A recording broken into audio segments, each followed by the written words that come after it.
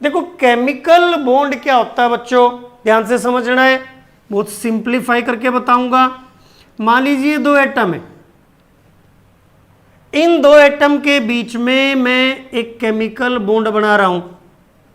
इसका मतलब क्या हुआ, केमिकल बॉन्ड एक अट्रैक्टिव फोर्स है जो दोनों एटम्स को इकट्ठा करके रखेगी।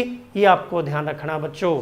तो ध्यान से देखो भाई, केमिकल बॉन्ड क्या होता है, एटम फर्स्ट और ये एटम सेकंड, दोनों एटम फ्री हैं। फ्री होने का मतलब ये एटम अलग पड़ा है, इस एटम को इससे कोई मतलब नहीं, इस एटम को इससे कोई मतलब नहीं, लेकिन दोनों के बीच में जब एक केमिकल बॉन्ड बनाऊंगा तो दोनों एक दूसरे से जुड़ जाएंगे।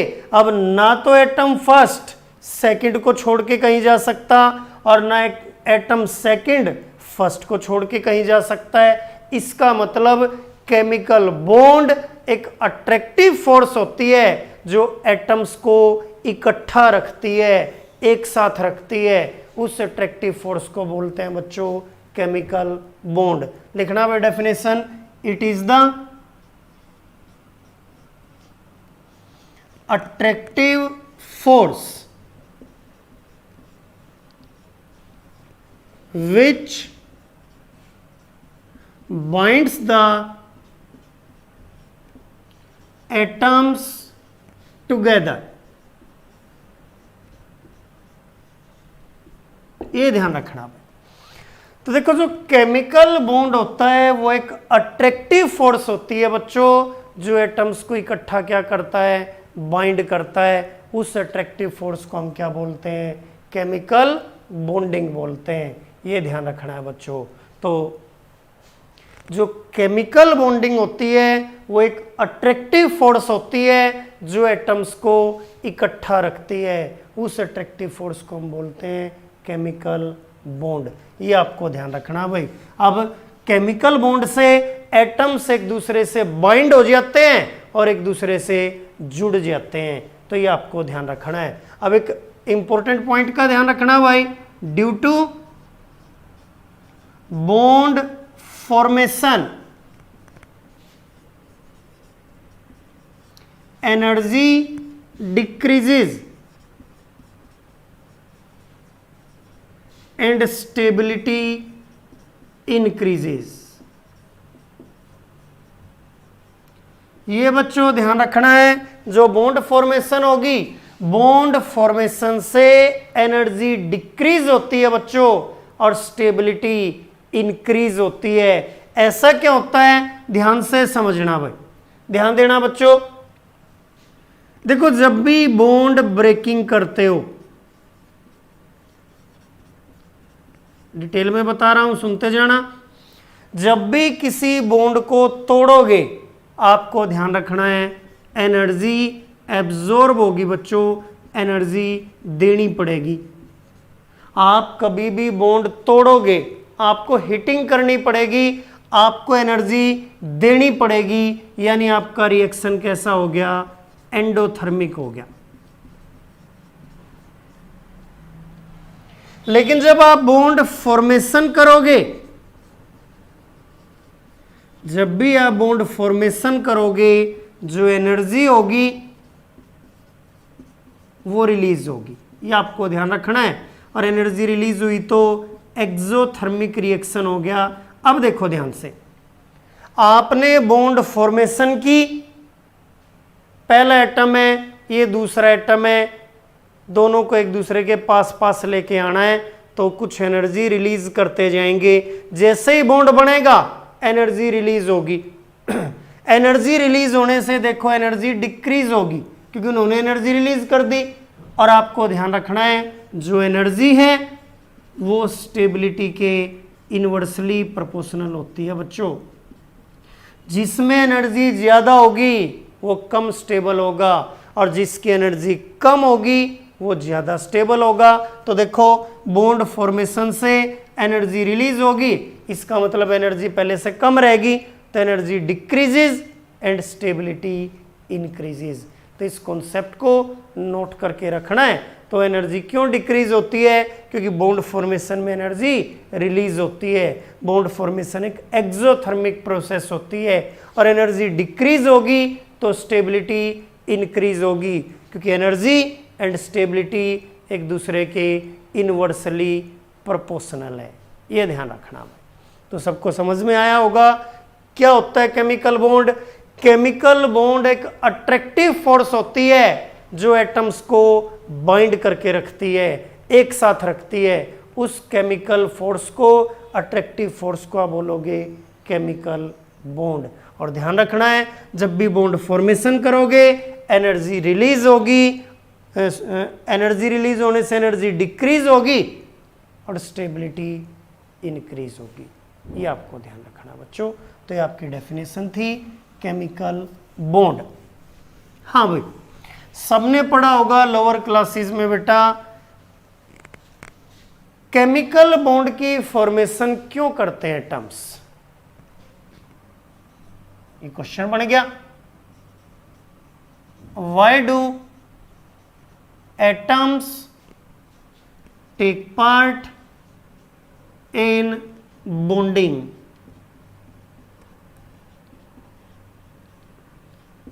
जो एटम्स हैं बच्चों वो बॉन्डिंग में टेक पार्ट क्यों करते हैं? जो एटम्स हैं वो बॉन्डिंग में टेक पार्ट क्यों करते हैं? हाँ भाई, देखिए जो एटम्स हैं वो बॉन्डिंग में टेक पार्ट करते हैं अपना ऑक्टेट कंप्लीट करने के लिए। हाइड्रोजन तो डुप्लेट कंप्लीट करता है और बाकी सारे एटम ऑक्टेट कंप्लीट करते हैं, और ऑक्टेट कंप्लीट करने से एक्स्ट्रा स्टेबिलिटी मिलती है। आपको बताया था completely filled configuration extra stable होती है। तो लिख दो भाई, atoms take part in bonding to complete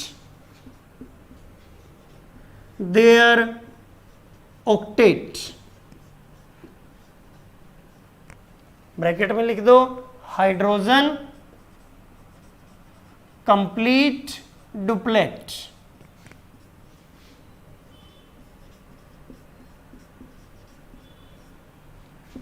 It will provide extra stability.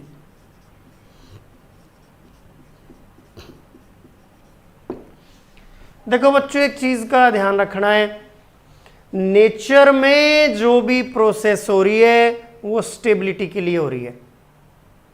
Tendency for stability, पानी ऊपर से नीचे की तरफ बहता है क्योंकि ऊपर उसकी पोटेंशियल एनर्जी मैक्सिमम है, और वो नीचे आएगा तो उसकी पोटेंशियल एनर्जी मिनिमम होती जाएगी। वो स्टेबल होना चाहता है तो नीचे आके वो स्टेबल हो जाएगा फ्लैट सरफेस के ऊपर। सेम चीज़ यहाँ आपको ध्यान रखनी है। आप लोग क्यों पढ़ाई कर रहे हो? ताकि आपको एक अच्छी जॉब मिल जाए, आपकी लाइफ स्टेबल हो जाए। तो नेचर में हर एक चीज स्टेबिलिटी के पीछे है, ये आपको ध्यान रखना है। तो एटम्स बॉन्डिंग में टेक पार्ट क्यों करते हैं? क्योंकि बॉन्डिंग करने के लिए या तो इलेक्ट्रॉन लूज करेंगे, या इलेक्ट्रॉन गेन करेंगे, या इलेक्ट्रॉन शेयर करेंगे। उससे क्या होगा? उनका ऑक्टेट कंप्लीट हो जाएगा, और ऑक्टेट कंप्लीट होने से क्या मिलती है? एक्स्ट्रा स्टेबिलिटी मिलती है। तो इस एक्स्ट्रा स्टेबिलिटी के लिए जो एटम्स हैं वो बॉन्डिंग में टेक पार्ट करेंगे, ये आपको ध्यान रखना है बच्चों। तो जो एटम्स हैं वो बॉन्डिंग में टेक पार्ट क्यों करेंगे? अपना ऑक्टेट कंप्लीट करने के लिए, और ऑक्टेट कंप्लीट करने से क्या मिलेगी बच्चों? एक्स्ट्रा स्टेबिलिटी मिलेगी। ये आपको ध्यान रखना भाई। अब स्टार्ट कर रहा हूं भाई पहली टाइप की बॉन्डिंग। लिखना भाई, इलेक्ट्रोवेलेंट और आयनिक बॉन्डिंग।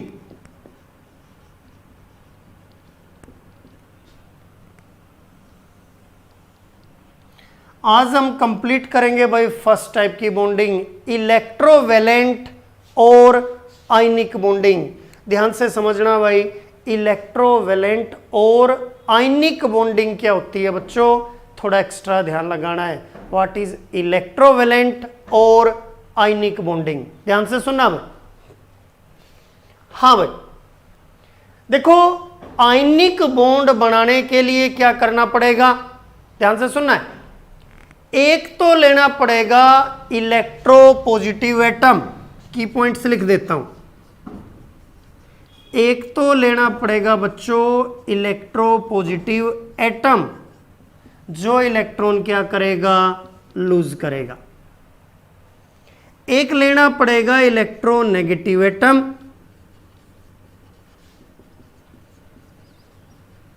जो इलेक्ट्रॉन का गेन करेगा। ध्यान से सुनना है। एक तो लिया इलेक्ट्रोपॉजिटिव एटम जो इलेक्ट्रॉन लूज करेगा, और एक लेंगे इलेक्ट्रोनेगेटिव एटम जो इलेक्ट्रॉन गेन करेगा। तो पहला पॉइंट क्या बना, आयनिक बॉन्डिंग कब होती है, आयनिक बॉन्ड किसके बीच में बनता है, जब एक तो इलेक्ट्रोपॉजिटिव एटम हो और एक क्या हो बच्चों, इलेक्ट्रोनेगेटिव एटम हो। इलेक्ट्रोपॉजिटिव एटम इलेक्ट्रॉन लूज करेगा और इलेक्ट्रोनेगेटिव एटम इलेक्ट्रॉन गेन करेगा, यानी इलेक्ट्रॉन का कंप्लीट ट्रांसफर होगा इलेक्ट्रोपॉजिटिव एटम से इलेक्ट्रोनेगेटिव एटम के पास। इसको आयनिक बॉन्ड बोलोगे भाई।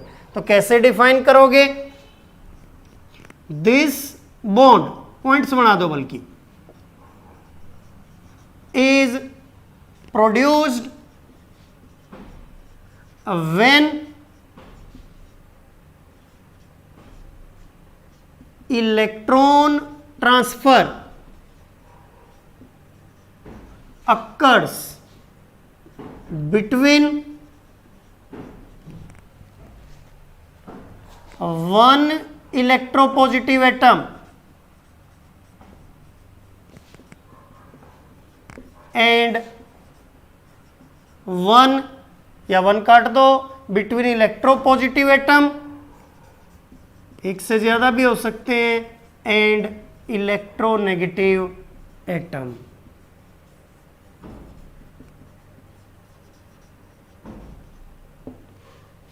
तो देखो तीन वर्ड आए बच्चों। पहली बात तो इलेक्ट्रॉन का ट्रांसफर करना है, इलेक्ट्रॉन का कंप्लीट ट्रांसफर करना है, और किसके बीच में करना है, एक लोगे इलेक्ट्रोपॉजिटिव एटम और एक लोगे electronegative atom. Electropositive atom electron lose करता है और इलेक्ट्रोनेगेटिव एटम इलेक्ट्रॉन गेन करता है। इसका मतलब इलेक्ट्रॉन का ट्रांसफर होगा इलेक्ट्रोपॉजिटिव एटम से किसके पास, इलेक्ट्रोनेगेटिव एटम के पास। इसको हम बोलेंगे इलेक्ट्रोवेलेंट और आयनिक बॉन्डिंग। तो आयनिक बॉन्ड बनाने के लिए एक इलेक्ट्रोपॉजिटिव एटम लेना है, और इलेक्ट्रोपॉजिटिव एटम होते हैं मेटल्स। इलेक्ट्रोपॉजिटिव क्यों बोल रहा हूं, ध्यान से सुनो, रटने की चीज नहीं है, समझने की चीज है। इलेक्ट्रोपॉजिटिव यानी जिसपे इलेक्ट्रॉन लूज करके पॉजिटिव चार्ज आए। इतना तो सभी समझते हो। पॉजिटिव चार्ज कब आ सकता है, जब एटम इलेक्ट्रॉन को लूज करेगा, और इलेक्ट्रोनेगेटिव का मतलब नेगेटिव चार्ज लेके आना है, और नेगेटिव चार्ज कब आ सकता है, जब इलेक्ट्रॉन का गेन करेगा। तो ये आपको ध्यान रखना है। इलेक्ट्रोपॉजिटिव मेटल्स होती हैं। तो मान लो मैंने सोडियम ले लिया, सोडियम की वैलेंस सेल में कितने इलेक्ट्रॉन होते हैं, एटॉमिक नंबर 11 281, यानी वैलेंस सेल में एक इलेक्ट्रॉन है। डॉट से रिप्रेजेंट कर दिया। लेविस डॉट स्ट्रक्चर के बारे में थोड़ा सा जानते होगे आप, वैलेंस इलेक्ट्रॉन को डॉट से रिप्रेजेंट करते हैं। ये हो गया भाई सोडियम। साथ में लिया बच्चों क्लोरीन, क्लोरीन का एटॉमिक नंबर 17, कॉन्फ़िगरेशन क्या है 287। फर्स्ट सेल में 2 इलेक्ट्रॉन, दूसरी में 8, 10 हो गए, और तीसरी में बचे 7। तो वैलेंस इलेक्ट्रॉन है 7 इलेक्ट्रॉन रिप्रेजेंट कर दिए। अब देखना बच्चों, इसको तो एक इलेक्ट्रॉन लूज करना है, क्लियर दिख रहा है भाई। ऑक्टेट कंप्लीट करने के लिए या तो एक इलेक्ट्रॉन लूज करेगा या 7 इलेक्ट्रॉन गेन करेगा। अब 7 इलेक्ट्रॉन का गेन तो हो नहीं सकता, तो ये एक इलेक्ट्रॉन लूज करेगा। और ये एक इलेक्ट्रॉन का गेन कर लेगा, तो इसका मतलब सोडियम से क्लोरीन की तरफ एक इलेक्ट्रॉन का कंप्लीट ट्रांसफर हो गया। तो सोडियम के ऊपर आया पॉजिटिव चार्ज और क्लोराइड के ऊपर आया बच्चों नेगेटिव चार्ज, और पॉजिटिव नेगेटिव दोनों के बीच में क्या बन गया, आयनिक बॉन्ड बन गया। ये ध्यान रखना भाई।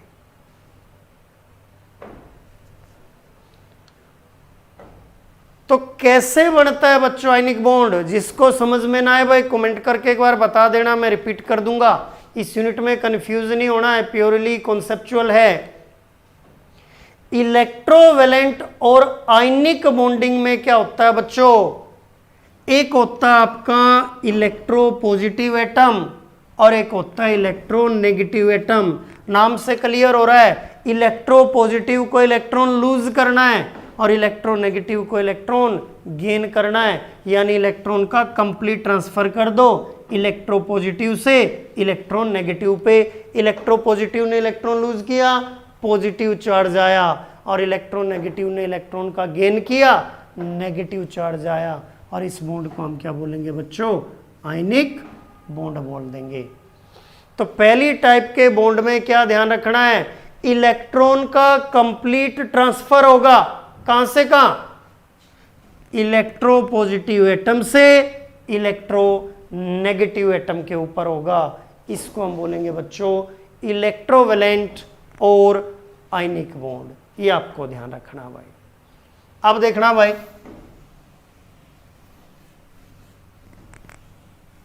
एक और एग्जांपल बता देता हूं। मान लीजिए हमने इलेक्ट्रो पॉजिटिव एटम लिया मैग्नीशियम, एटॉमिक नंबर 12, क्या कॉन्फ़िगरेशन है 282। दो वैलेंस इलेक्ट्रॉन हो गए भाई, दो इलेक्ट्रॉन दिखा दिए। अब हम क्या करेंगे, दो क्लोरीन एटम ले लेंगे भाई।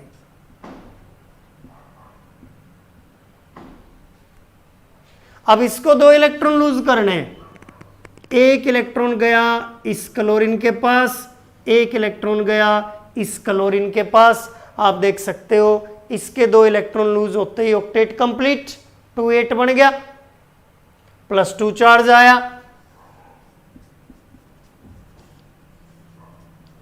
और दोनों क्लोरीन ने एक एक इलेक्ट्रॉन लिया, दोनों पे -1 चार्ज आया, ये आप देख सकते हो। और इनके बीच में कौन सा बॉन्ड बन गया, MgCl2। क्या बोलोगे भाई, आयनिक बॉन्ड बन गया बच्चों, MgCl2 बन गया भाई। ये आपको ध्यान रखना है बच्चों।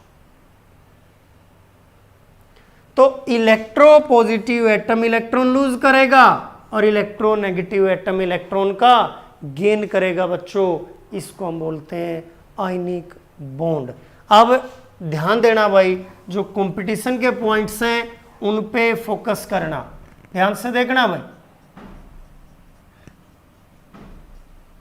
इसमें बोर्ड का कंटेंट कम है, यूनिट में कंपटीशन का कंटेंट ज्यादा है। अब देखना भाई, सबसे पहले बच्चों इलेक्ट्रोवैलेंसी क्या होती है।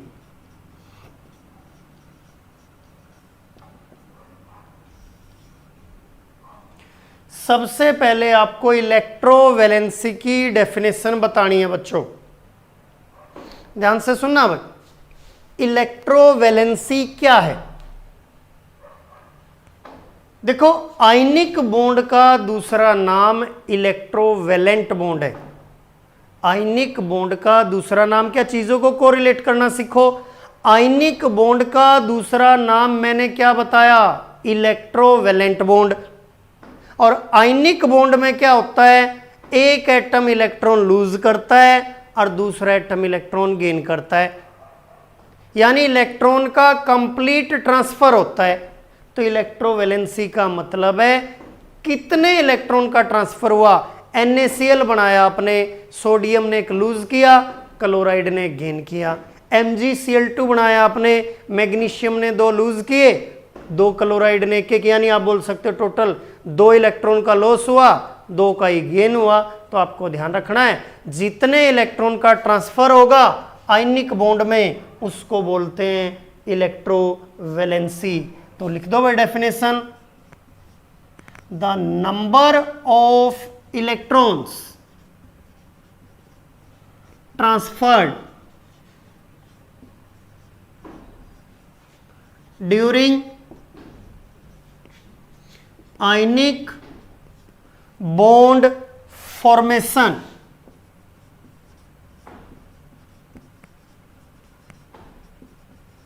आयनिक बॉन्ड फॉर्मेशन में जितने इलेक्ट्रॉन का ट्रांसफर होता है बच्चों, उसको बोलते हैं इलेक्ट्रोवैलेंसी। दूसरे पॉइंट पे थोड़ा एक्स्ट्रा ध्यान लगाना भाई, कहीं नहीं मिलेंगी भाई, किसी बुक्स में, किसी बुक में ढूंढ लेना, कोई भी बुक हो, कितनी भी बुक्स ले आना, ये पॉइंट्स नहीं मिलेंगे, ये सीधे आपको कंपटीशन एग्जाम में मिलेंगे, आईटी नीट में। कहीं ढूंढ लेना, किसी कॉपी में देख लेना, नहीं मिलेंगे। हाँ भाई, आपकी कॉपी में मिलेंगे भाई। Condition for ionic bond formation. हाँ भाई बच्चों, आयनिक बॉन्ड फॉर्मेशन की कंडीशन लिखनी है बच्चों। आयनिक बॉन्ड बनाने के लिए क्या कंडीशन होगी, एक बार ध्यान से सुनना है। थोड़ा सा पिछली यूनिट में वापस जा रहा हूं मैं, सबने पढ़ी है, बड़े आराम से आएगा, ध्यान से देखना भाई। आपने पढ़ी थी बच्चों आयनाइजेशन एंथैल्पी, ध्यान आई होगी, मैं बता देता हूं। एक न्यूट्रल गैसियस एटम है, उसमें से इलेक्ट्रॉन निकलना था तो बदले में एनर्जी देनी पड़ी थी, एनर्जी एब्जॉर्ब हुई थी, और एनर्जी एब्जॉर्ब हुई थी तो आयनाइजेशन एंथैल्पी का सिंबल पॉजिटिव लोगे, क्योंकि आपका रिएक्शन एंडोथर्मिक है। इतना तो सभी जानते हो, जब एनर्जी एब्जॉर्ब होती है, एंडोथर्मिक होती है, तो पॉजिटिव साइन यूज होता है एनर्जी के लिए। दूसरी थी बच्चों इलेक्ट्रॉन गेन एंथैल्पी। दूसरी क्या थी, electron gain enthalpy. Electron gain enthalpy में क्या होता है बच्चों, सोचो एक मिनट भाई सभी। जो इलेक्ट्रॉन गेन एंथैल्पी है उसमें क्या होता है बच्चों, एटम इलेक्ट्रॉन का गेन करता है और एनर्जी रिलीज होती है, तो इसलिए क्या करोगे, साइन कैसा लोगे, नेगेटिव, एक्सोथर्मिक होगी। ध्यान से सुनना भाई, एक नया वर्ड आएगा, बिल्कुल ध्यान लगाना, सबको आएगा, फिर पिट कर आऊं। देखो आयनिक बॉन्ड में करना क्या चाहते हो बच्चों, ध्यान से सुनो, तीन काम हो रहे हैं। एक एटम तो इलेक्ट्रॉन लूज करेगा, पहले एक एटम इलेक्ट्रॉन लूज करेगा।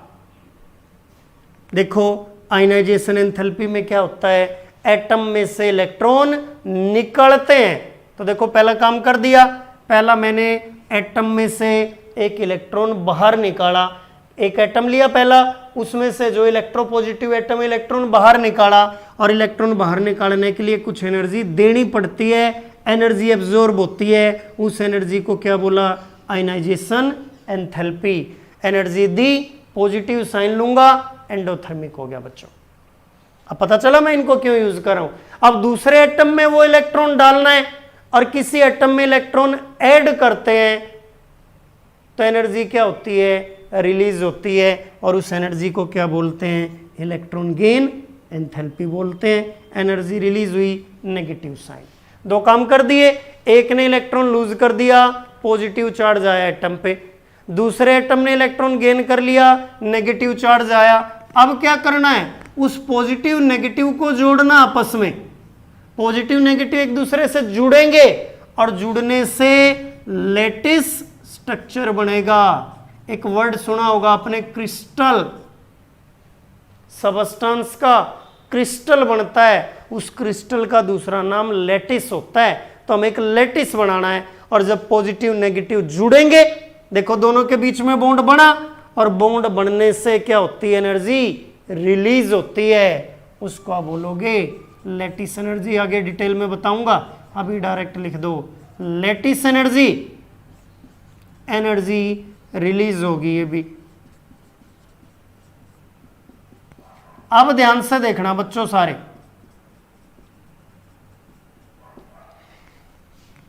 आयनाइजेशन एंथैल्पी तो बच्चों देनी पड़ी, इलेक्ट्रॉन गेन एंथैल्पी रिलीज हुई, ये बना देता हूं साइन, और एक क्या आपकी लेटिस एनर्जी। ठीक है भाई। अब एक चीज देखो यहां से, दो प्रोसेस पहले लगाई, एक प्रोसेस बाद में लगाई। अब देखना भाई, सिंपल सा रूल है बच्चों, एक एनर्जी तो देनी पड़ी और दो एनर्जी रिलीज हुई। और हमारा कोई भी बिजनेस कब चलता है, जब इन्वेस्टमेंट तो कम करना पड़े। ठीक है भाई, हमने पैसे तो लगाए 1 लाख रुपए बिजनेस में और बदले में मिले कितने, 2 लाख रुपए। हमारा बिजनेस चलता जाएगा, क्यों, हम बोलेंगे प्रॉफिट हो रहा है। अब आप इन्वेस्टमेंट तो करो 1 लाख रुपए और हर महीने वापस मिल रहे हैं 50,000 रुपए। आप बोलोगे हर बार 50,000 का लॉस हो रहा है, कितने टाइम चला पाओगे। सेम चीज यहां हो रही है, एक एनर्जी देनी पड़ रही है और दो एनर्जी रिलीज हो रही है। अब क्या करो, जो दो एनर्जी रिलीज हो रही है, पहली एनर्जी कौन सी रिलीज हो रही है, इलेक्ट्रॉन गेन एंथैल्पी। दूसरी कौन सी रिलीज हो रही है, लेटिस एनर्जी। दोनों मिला के आयनाइजेशन एनर्जी से ज्यादा होनी चाहिए बच्चों। दोनों नेगेटिव वैल्यू जोड़ के पॉजिटिव से ज्यादा होनी चाहिए, यानी जो एनर्जी रिलीज हो रही है वो तो ज्यादा होनी चाहिए और जो एनर्जी देनी पड़ रही है वो कम होनी चाहिए। जो पैसे हमारे पास वापस आ रहे हैं वो तो ज़्यादा होने चाहिए और जो हमें इन्वेस्ट करने पड़ रहे हैं बिजनेस में वो कम होने चाहिए, तभी तो हमें प्रॉफिट होगा।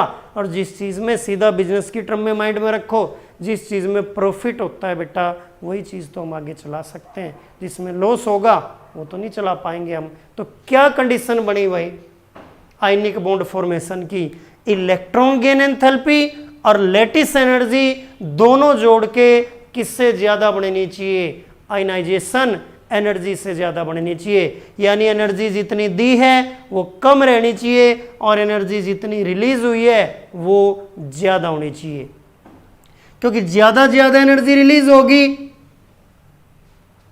तो एटम की एनर्जी उतनी कम रहती जाएगी और एटम की एनर्जी जितनी कम बचेगी उसकी स्टेबिलिटी उतनी ज़्यादा होगी। क्योंकि हमने क्या बताया था, कोई भी प्रोसेस क्यों हो रही है, स्टेबिलिटी के लिए।